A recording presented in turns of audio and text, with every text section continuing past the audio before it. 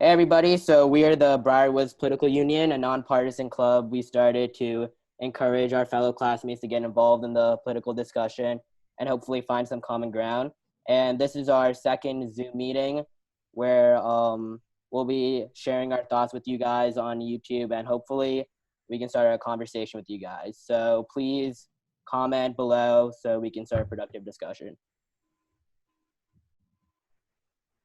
All right, so the topic for today's meeting will be the Electoral College, and the overall theme is, should the Electoral College be kept, altered, or just removed, flat out? And then, oh yeah. All right, guys. So the Electoral College was it was designed by the founders as another reason why they didn't believe in pure democracy. Okay, the Electoral College is not purely democratic, and it was intended to be that way. The founders did not believe that the common person should be voting for everything because, one, maybe not everybody paid taxes. Two, maybe not everybody was as informed. So the Electoral College was really put in place for partially that, and then partially because the founders believed in federalism. They believed every state had to have some say at the national level. And so you'll hear a lot of people say, well, listen, if I live in Wyoming, only like 500,000 people live in Wyoming. If I live in California, there's 50 million people. Well, there are problems with that, right? If you just make it a popular vote, because California's got all those people, Wyoming doesn't have that many people. And so the Electoral College was intended to give Wyoming more of a say in the national elections because national federal laws affect Wyoming just like they affect California. So it was a compromised decision to institute it. It was partially for federalistic approaches. It was partially for different people that the founders didn't believe should have as much of a say in the election because they weren't educated enough, they weren't informed enough. And so how the system is designed is every state has as many electoral votes as they have representatives in office. Okay, so if your state has 5 House of Representatives and 2 senators, you're going to have 7 electoral votes. So some states that only have 1 House of Representative member still have 3 Electoral College votes because they still have 2 senators. So every state has at least 3 Electoral College votes. And again, that's going to change based on how many House of Representative members they have. So California has a lot. I don't know the number off the top of my head because they've got 2 senators plus, 50 representatives. Okay, so it does change your electoral vote amount changes based on your population. So how many of you guys have seen your parents get something in the mail regarding the census that's taking place this year? Anybody? Just kind of nod your head. Yeah. Okay. So the reason why the census is important is because the Electoral College changes every 10 years. I wish I could show you. I've got it on my PowerPoint. I'd have to pull it up though. I don't have it ready to go. But every 10 years it changes. And so what you can see as the Electoral College has changed throughout time is how migration patterns within the United States has changed. Okay, so one thing that's interesting is if you look up in the Northeast and what we call the Midwest. So if you look in New York, Ohio, Michigan, Pennsylvania, those areas that have been known for blue collar, like coal mining and for, manufacturing and all that, you've actually seen over the last couple of censuses, their Electoral College votes go down. And you've seen southern states and western states see their Electoral College vote numbers go up because you've seen people migrate slowly more to the south and more to the west and away from those areas known for manufacturing where there aren't as many jobs and people are looking for new opportunities. So this Electoral College we have in place right now will change after this new census. There are 538 Electoral College votes. You have to have 270 in order to win the election, if you don't have a majority, if you don't have 270 votes, then it actually will go to the House of Representatives, where they will then vote on who will become the next president. You do have a couple of states, Maine and Nebraska, that have different systems in place. So they use somewhat of a proportional representation system.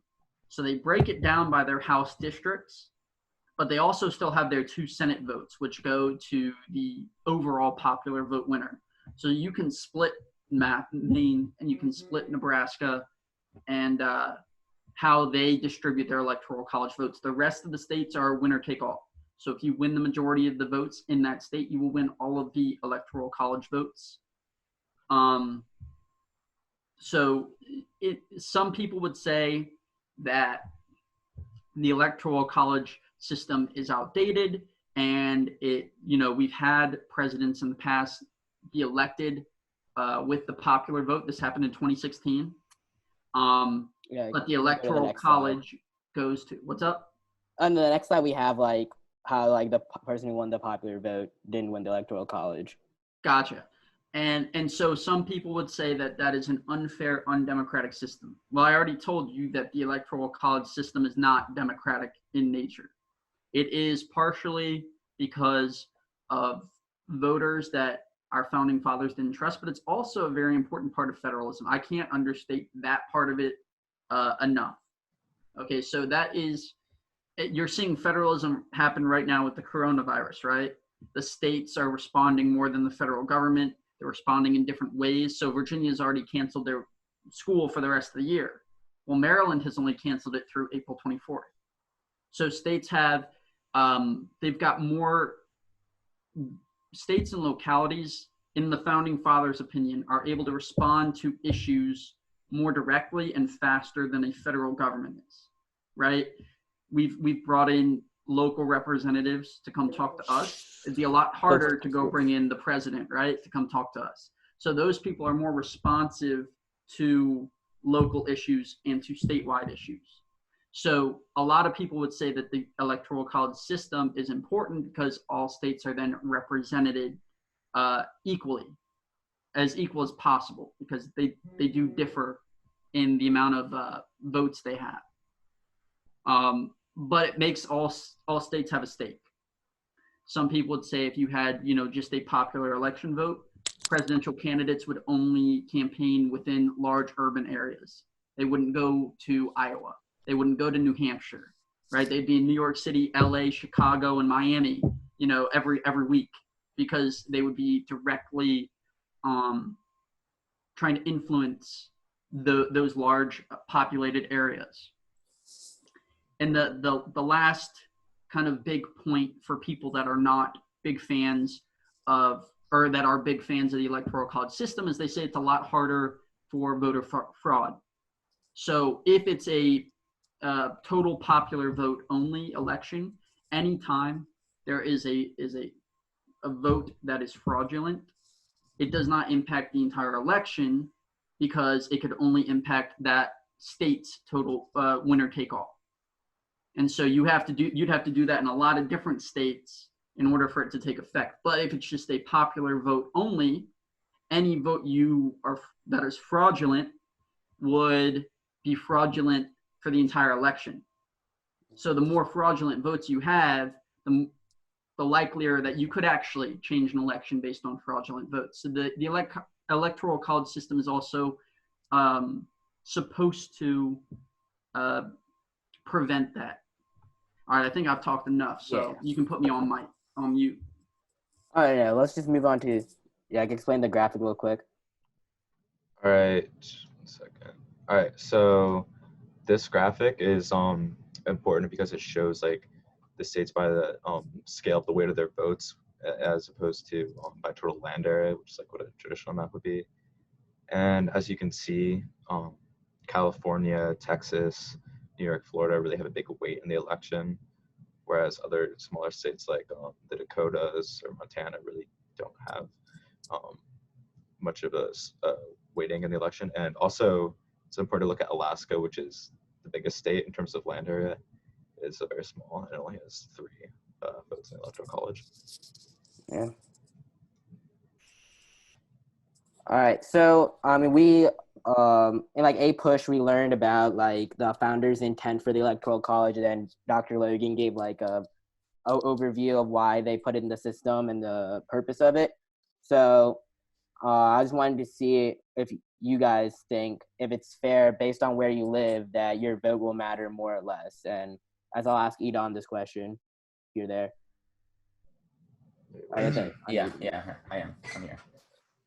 I do think that it is fair, since, like Dr. Logan said, people just, the candidates would just campaign in LA, San Francisco, New York City, and all of the big cities because they already get a majority, so they did not have to care about the smaller states that, they have to campaign in 3 states and forget about the other 47 because they're way smaller.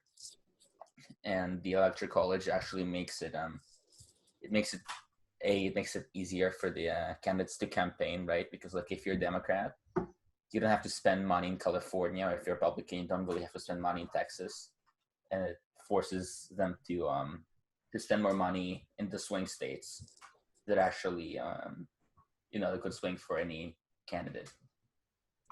Yeah, but like, do you think it's okay? Like the states can you think it's fine? Like the states have complete control over like how they want to do it. Like, do they want like Maine and Nebraska were able like have control, so they changed it to proportional representation. Do you think like we should all like each state should be the same in how they go about it, or that state discretion's fine? I believe that every state should choose for itself. I am not a huge fan of the federal government telling the states what to do. Mm-hmm. So yeah, the states should be able to choose for themselves, even if there's like variation between them and like. Yeah. All right. Does anyone else disagree with that? Anything to say? You go to Abner. What do you think? Honestly, I agree quite a bit with Edon. One of the things that I think he forgot to bring up are statistics in the fact that, for example, we take cities like New York versus Wyoming. Wyoming has, I just want to ask you guys a simple question. How many people can name the mayor of New York City? I think almost everyone can. It's Bill de Blasio. How many people can name the mayor of Cheyenne, Wyoming? Not many people can. That's why it matters. Your vote is actually counted a little bit more in what you call states like Wyoming, because of the fact that they aren't actually in the news. They're not exactly represented highly in the national government as much as states like New York. Just look at the news patterns. And I think the Electoral College gives them a chance to show what they actually believe in and what they're supporting. And again, states do have should have like a certain amount of discretion, especially with proportional representation, because of the idea that, again, we had the ideal of federalism put into place in our Constitution. And with that idea, when we have these types of checks and balances in which the federal government doesn't have all the power and the state government doesn't have all the power, you find a little bit of an equilibrium. In that sense, no size of government actually causes a problem in the United States. And this has been an extremely successful situation. We're one of the most successful governments and world powers of all time. And I think that's one of the reasons the system is so excellent. All right, what would you guys say to, back on the topic of how much your vote counts based on where you live. So say you're a Republican in California or a Democrat somewhere in the Midwest, you might as well just not come out and vote, in a sense, in the national election, just because your vote really doesn't have much of an outcome based on your state. Whereas not gonna be able to make the difference. Yeah. But if you did elections purely based off the popular vote, your vote would have more of an impact. Shahan, what do you think? Well, I think that the Electoral College makes sense. Probably not the best solution, but I don't think there's a situation where we can actually have like a proper direct democracy, because not everybody's going to be informed about the decisions that they're making. Can you guys hear me? Yeah. Okay. So I think the Electoral College like makes sense the way it's set up, but there's the system that it's made up as, I guess. I think it needs to be like revamped. I think it needs to be fixed a bit. For instance, like as we were saying earlier, all the states are kind of like choosing their own uh, method of voting, when that causes a lot of variation and skewing in like how the votes. Like for instance, I think Maine does ranked choice voting now, while other states don't. I personally think that we should move to ranked choice voting for all states, but Explain how what do you mean by ranked choice and so how that would work? okay, so like right now we have a system where you look at your ballot box, right, and then you either pick a Democrat, you pick Republican, or you pick a third party or candidate, right? Mm-hmm. And this almost always excludes third party candidates, right? And so you'll pretty much, it's basically a duopoly, right? In a sense, Yeah. Okay. you're always like either going to be a Democrat or Republican, is in a position of power in that state or as a representative, right? What ranked choice does is it gives a voice, I guess, to like other candidates, other parties. They probably won't like come out on top because the way our system's set up, right? Or at least it gives them a chance. So what it does is basically you have all your candidates and you can pick who you want for your first choice, your second choice, your third choice, your fourth choice.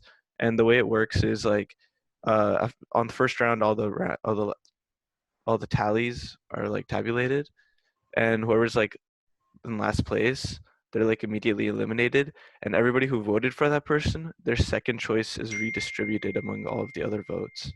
Okay. That just continues happening until there's a real majority. Okay. So okay. Could I ask a question about that? Yeah. Yeah. Sure.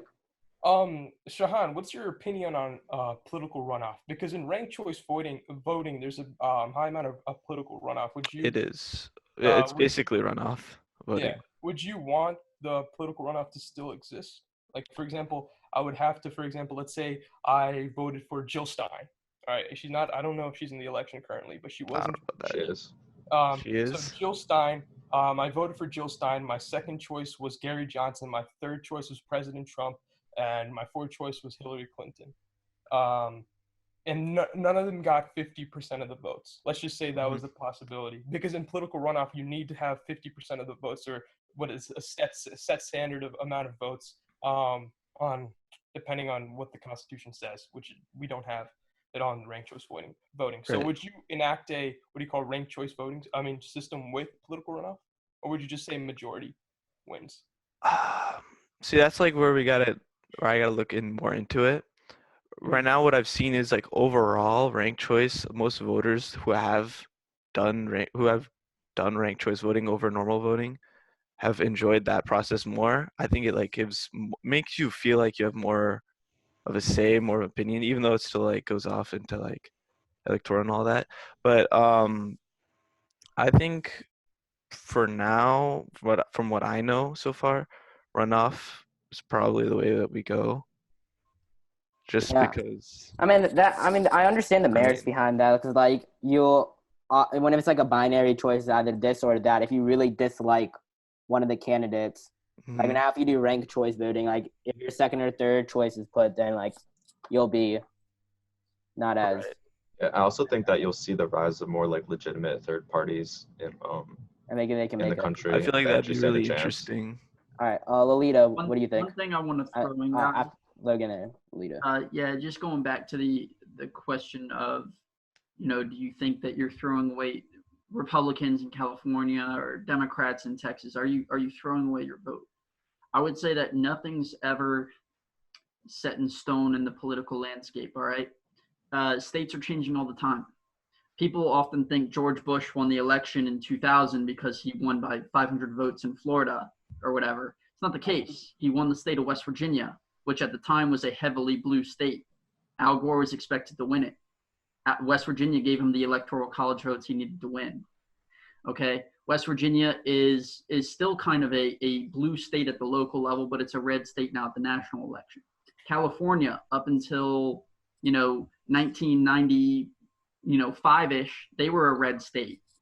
They're blue now, big time blue, right? Ohio used to be a purple state. I'd say it's a red state. Virginia was a red state, then a purple state. Now it's a blue state. Okay, so states are changing all the time. Even look at Texas. With changing demographics, Texas is slowly becoming bluer and bluer. I would say in the next 10 to 15 years, Texas will be a purple state, maybe even less than that. So states are changing all the time. So I don't think you're throwing away your vote just because your state is, predominantly one way at this point in time, because that's a state that's always in flux. Yeah, that's a good point. Lita, what do you think? Yeah, I agree with like what Logan said too, because it is like it still does matter to like go out and support who you want to support or who like you're leaning towards. But like I don't know, like what was the question? Oh, just like, do you think it's fair, like the current system, how it is, and like how based on where you live, your vote can matter more or less to the overall election? Because like, even though like the demographics could be changing in the future, like for the 2020 election, California is most likely going to go blue. So in that situation, do you think it's fair that either like a Republican's voice in California or a Democrat's voice in Texas will not be able to be there as much? It'll be diluted because of the Electoral College. I mean, it's going to get diluted, but I think it is still fair, and it is still like, because you're getting the voice of more people who do live in states like Wyoming and like Utah, or like the Dakotas, whatever it is. You're getting like their voice out more too, and you don't see that too often. Yeah, I'd agree with Lolita on that. I think, again, it balances it out. I just told you guys about New York's voice in the national political realm versus Wyoming's. I mean, you see the popularity difference. So therefore, I do agree with Lolita on that sense and with Dr. Logan. But one thing I want to go back to what Shahan said about ranked choice voting. The one major country that actually employed ranked choice voting was, I think, France. And so they had the political runoff, and it ended up becoming, as most of you know, Emmanuel Macron versus Marine Le Pen. And at the end of the day, Emmanuel Macron did win. But the results have, to be honest, have to an extent negatively impacted France, because we see this huge protest that's going down in Paris with the yellow jackets. And I think instead of enacting a ranked choice voting system right now, I think Shahan was also right saying, let's look into it, let's be patient. So before we ever change something as important and as structured as the U.S. Constitution has been. Yeah, just like that. Like I know the Electoral College, as Dr. Logan said, is written into the Constitution. It's there. I'm a believer in keeping things how they are in the Constitution.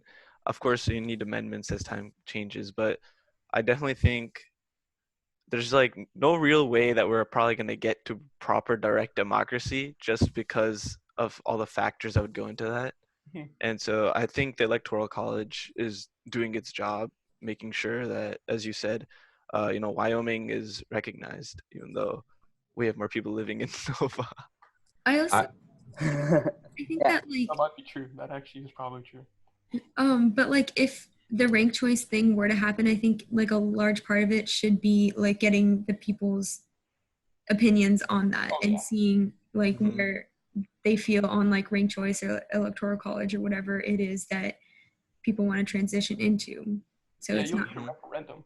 You'll need a referendum. Yeah. Especially for something like as large of a change as this, it should be done through like the proper like 2/3 of the House and stuff like that, and like it has to be done with a broad consensus, because this will be a major change. And that's another thing. I do agree with ranked choice voting. I think it's very interesting. We have to look at it more, but I'm not sure that those in power will be very eager to give up their power in a sense, because you're really providing more alternate options from themselves. Like I don't really think that's something they'd be pushing for necessarily. Yeah. But should we go to the last question on this one? Is it fair that electors had the option of defecting from popular will? And we saw this in 2016. 2 electors defected from voting for Trump and 4 from Hillary Clinton. Do you guys think that is fair? Abner? In my opinion, I think that's one of the parts of the republic that has been created.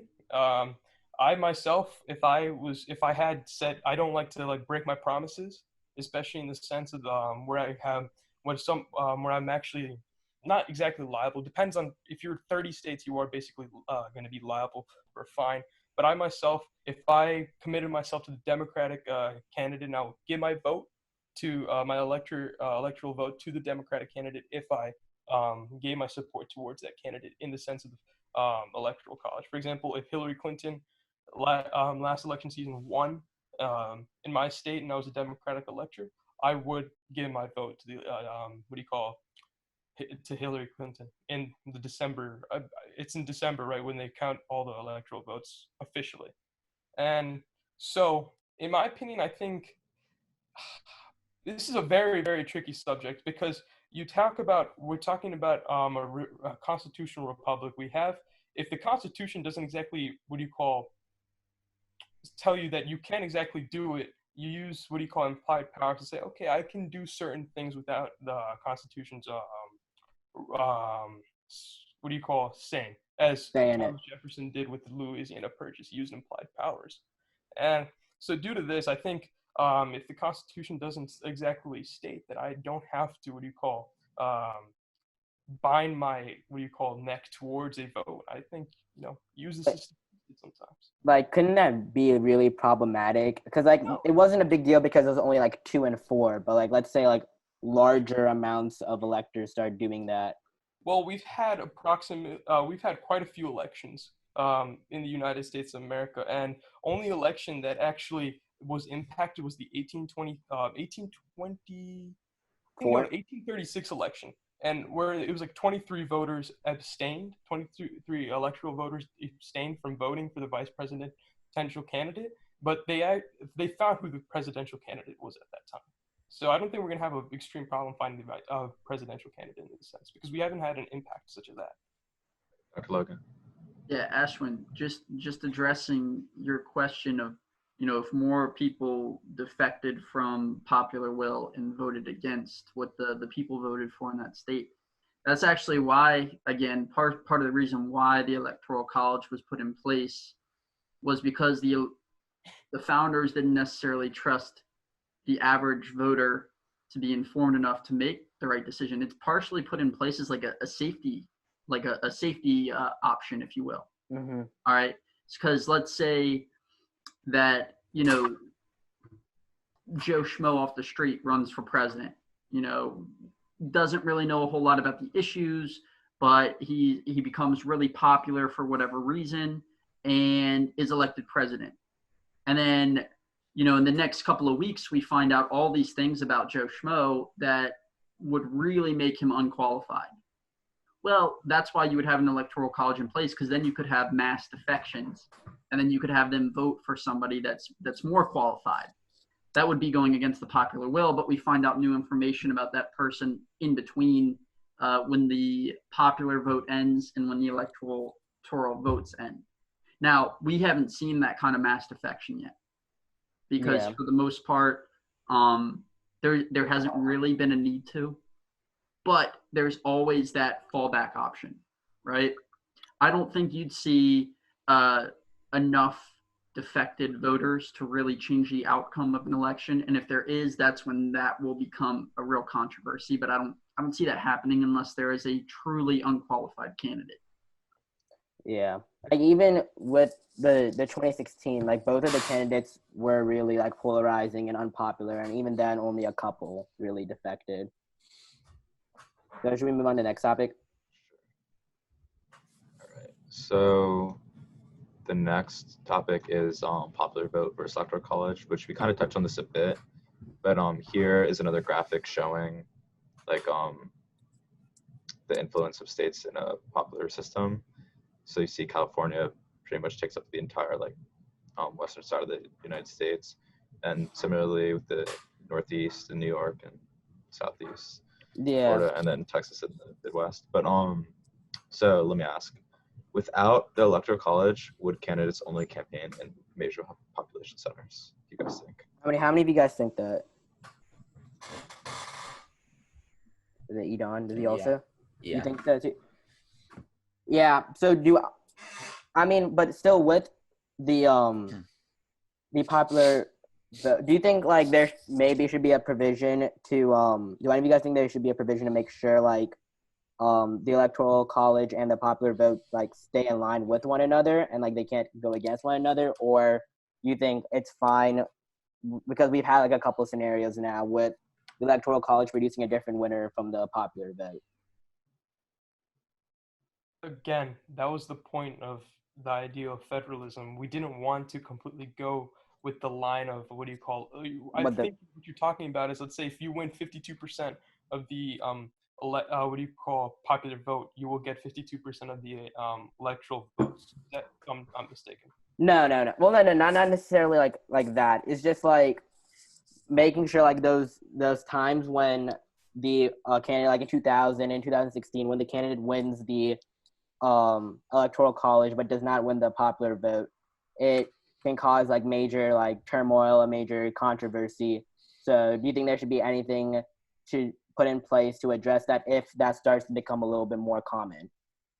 I mean, the point of the matter is, I mean, that's why the Constitution was made. We weren't supposed to get in line with the popular vote in a sense. Yes, we have a popular vote in each what do you call state to find who gets the electoral votes, but the point we never had the what do you call lining up the popular vote with the electoral vote. I don't think it needs to be done. I think if we do that, it might get extremely tricky with the sense that some states might win. Some person, let's say with even electoral votes, let's say Ohio, I think has 18, which is a very highly contested state. Ohio would get, let's say, 9 electoral votes from the Democrats and 9 from the Republicans. It's a tie game. We might have to do another recount.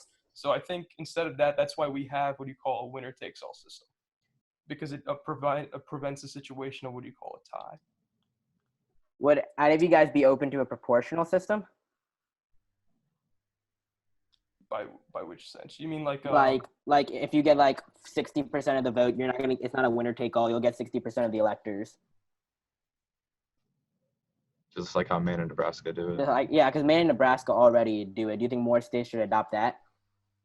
I would be willing to do that if we can find a compromise. If we come into a situation of a compromise, I would possibly be willing to do that. What do you mean by compromise? Compromise, I mean, we have two extremely, we're in a situation where the public and the American government are quite divided from each other, including political parties. And we come into a situation where there's a referendum. And we find a compromise to possibly make the proportional system work. I would possibly do that. I myself do not believe that we need to do that, but in certain situations where there may possibly be, again, polarization, my goal is to find a compromise. That's why this club was made, to find a compromise. So I might actually do a proportional system to find a compromise, but I would keep the electoral college in place itself. Would you guys think that if it became like a trend that the popular vote and the electoral college were constantly differing, that's like kind of a hint that the electoral college needs to be reformed? Or let's say 2020 it happens again, 2024. I think Shahan had his hand raised. Yeah, please. So does... All right, so Lolita, you talk after Shahan.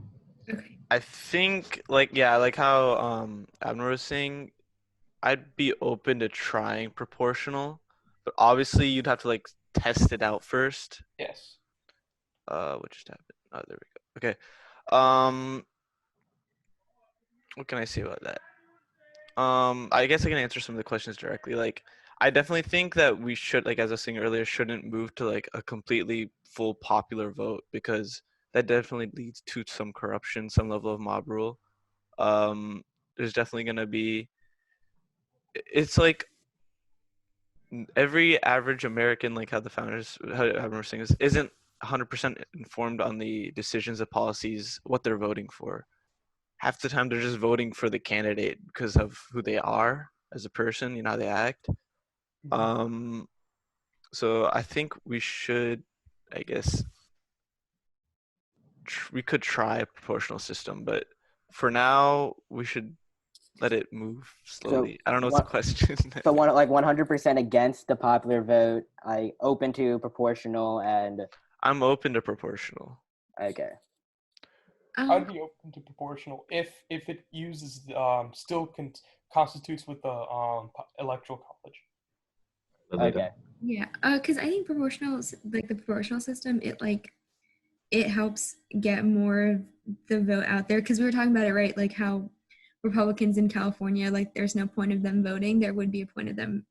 This would actually give them. It would get their voice out more if there was a proportional system there. Especially when it's regional, like how you have Southern California is much more blue than areas in Northern California. Yeah. So it would help with that, and it would make it a little more fair for them.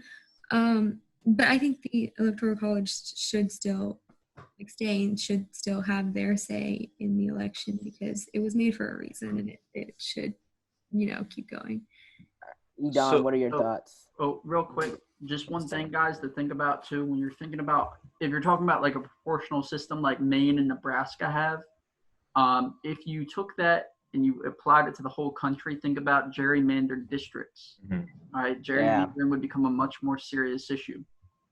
I guess would they do it by population, like the district by that? I guess even then there's still gerrymandering. Yeah, so they do it by population, but you're going to have serious issues with certain districts that the lines have been drawn a certain way to really try to limit certain people's voices. So representation has an issue with that. In Maine and Nebraska, do they have like the counties? It's based on like it's like divided based on counties, or do they take like the entire state popular vote and then they divide it up like that? It's based on congressional districts. Oh, okay. So if you win a congressional district, you get that because like I said, the Electoral College is equal to the amount of representatives that you have plus the 2 senators that are statewide. So What they do is they would take each congressional district. If you win one, you get 1 Electoral College vote. If you win the overall popular vote, you get 2 for the 2 senators. So it's similar to what we do at the congressional level, but they're applying it to the presidential election. But in Maine and Nebraska, you don't have as many issues with gerrymandering as you would in other states. In other states, it's far worse. And so when you're talking about proportional, if you're talking about what those states do, gerrymandering would be a lot more serious. It would probably happen a lot more and be more blatant. So you would have, that's one just kind of thing to think about. Yeah. Right. So do you guys think that direct democracy is mob rule? It's a little bit more general, not just about the Electoral College, but do you think that direct democracy is mob rule? I think it could lead to it. Yes, it can. Yeah, it can lead to it, definitely. Idan, what do you think? Direct democracy? Well, I'm not I support the Electoral College mostly just because it's been here for hundreds of years. And, mostly because other systems, for example, in my country in Israel, we had our third election this year because no one had a majority to form a government. So yes, when you when you have a system where it's not winner take all and not really a 2-party system, it could just lead to countless elections where many people like the centrist party doesn't want to join, and not neither the right wing parties or the left wing parties. So that was one thing I was thinking about. If we had a proportional system without the winner take all, it'd be a lot harder for candidates to get to 270, for there to be a clear majority. And then the whole entire election process could be dragged out and even be more contentious. I think, if there were going to be a system like that, they'd have to, change what the majority meant. They'd have to change, the number. Change the number. Something like that. Well, yeah, or they might make it just a plurality instead of a majority. Yeah. I just wanted to add about how direct democracy has failed in history. Well, let's just take ancient Greece, for example. There was something called the Peloponnesian War, in which the government looked at that was caused by the direct democracy, started building long walls. They ended up locking the whole ancient in Athens, they locked all of Athens down. And what happened was they didn't understand the fact that there was a possibility that there could be a disease that breaks out, especially in the situation of that time where the sanitation wasn't exactly the most proper.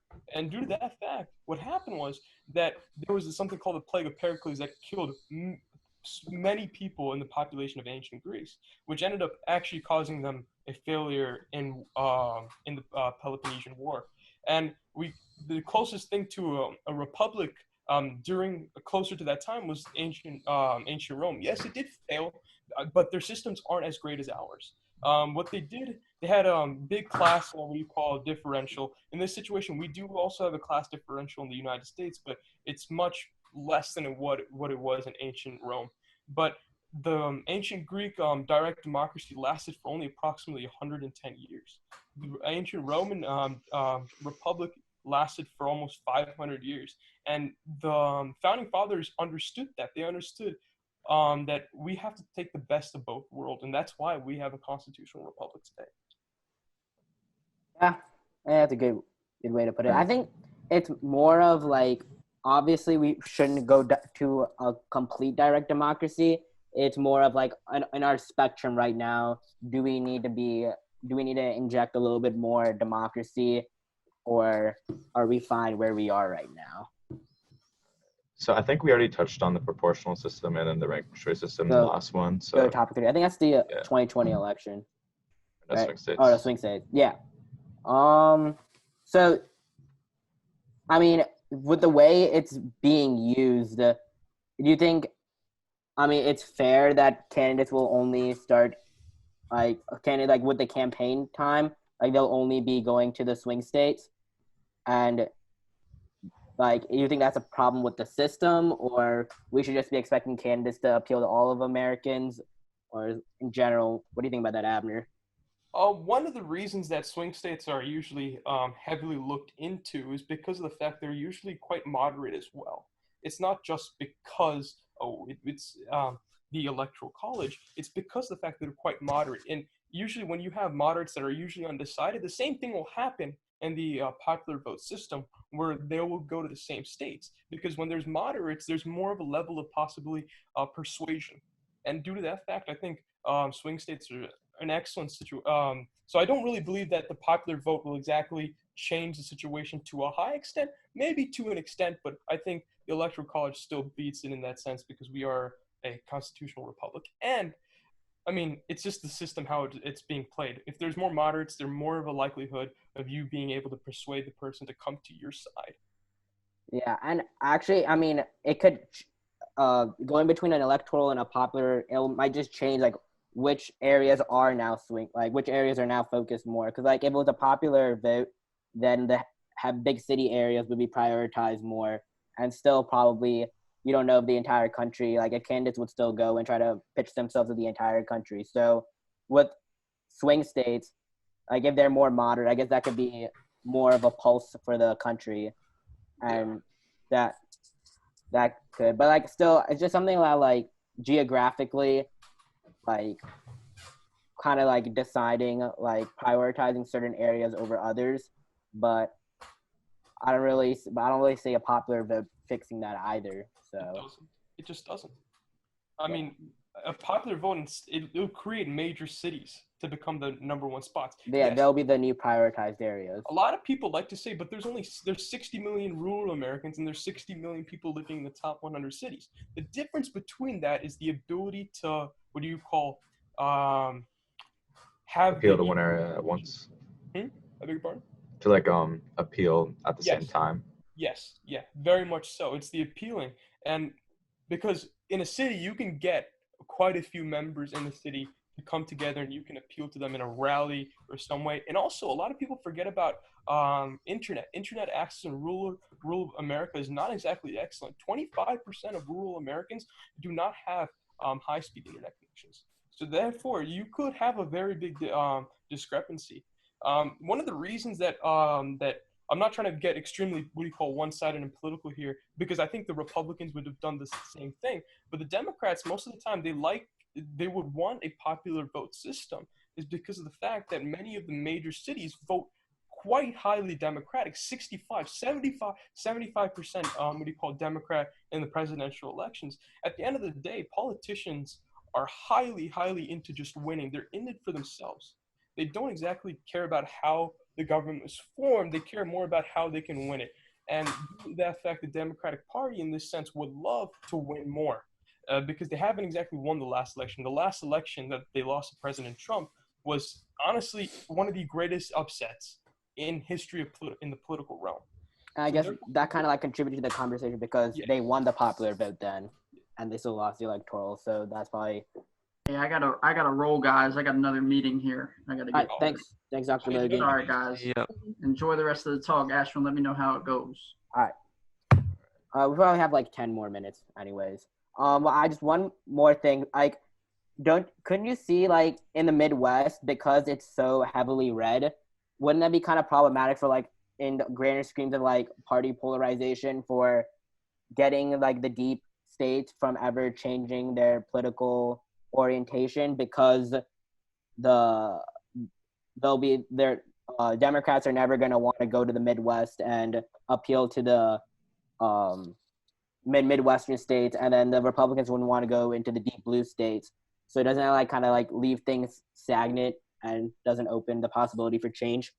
Yeah, I kind of like. Well, I'll leave the talk, then we can go to after. Yeah, please. I think kind of like everyone was saying, because there are like a lot of people in like rural areas that don't really know what's going, like that aren't too informed. And if people were going there and like, especially rural areas where like it's not super democratic, but if people, you know, were like Democratic candidates were going there and were pushing out their viewpoints, I think that could get them to have a broader view of like everyone and not just who they are supporting, and they can get more educated and see like both sides of things, and maybe like that could help, change votes. And I think like the only way that will happen is if those candidates start to want to go and have a feeling they can actually get their votes and have a reason to go to those states. Right. And obviously it's not going to be like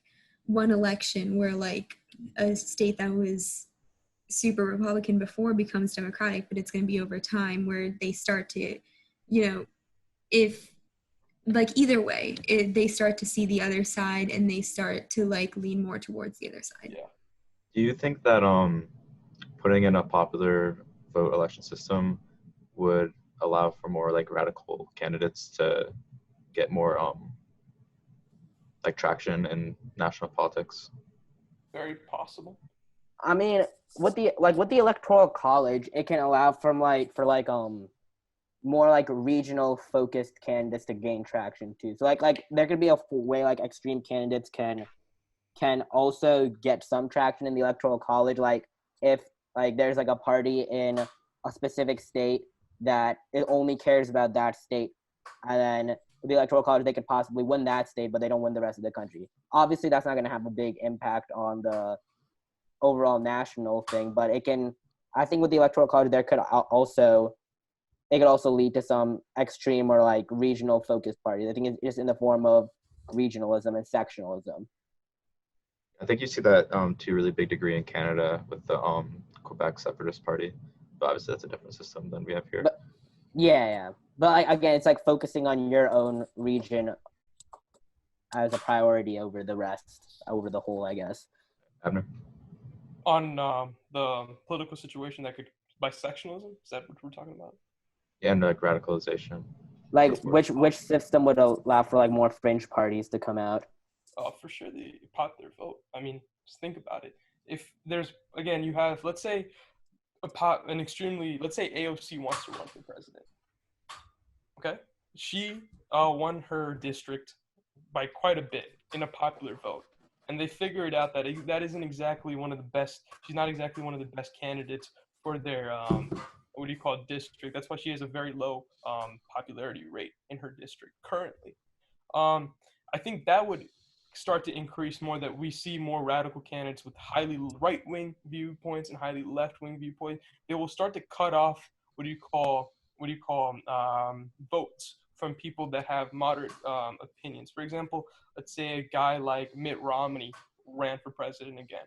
He's more on the right side, but many could say he's a moderate currently, especially with his he's not exactly always for the Republican Party anymore. Voting So you might see persecute Donald Trump, for I beg your example. pardon? With his vote against To Trump in convict the Trump, yeah. to convict Trump in the Senate. So those types of candidates might not be looked as great, is because, oh, we have another candidate in the popular vote and we can help him possibly take votes away. Sometimes elections are just based on little ploys to take away votes from certain candidates. For example, you have a establishment candidate and an outsider. Sometimes that outsider candidate that's extremely, highly extreme, he has extremely maybe fascistic or communist viewpoints, depending on which side you are. He may take votes away from the person that actually is supporting the United States as a constitutional republic and how it should progress in the proper way. So do you think that someone like Bernie Sanders would gain more traction in a popular vote system? Yes. Yeah, and I think it might eliminate the possibility of someone getting a majority, because the Electoral College ensures the two-party system. If we have a proportional, who knows how many new parties may form, and if they all start siphoning off 5,000, 10,000 votes, then will anyone even be able to get a majority of the entire country? I mean, a lot of people forget about Florida's 2000 election. Do you know how many votes George Bush won that election, the Florida election by? Wasn't it 500? 500. Yeah. Just 500. And that had to come down to a Supreme Court decision. So yeah, it could be very, very difficult to find who's the real winner sometimes. For the audience watching, comment below. We can start a good conversation with you guys, and see you later. Thank you. Bye. Goodbye.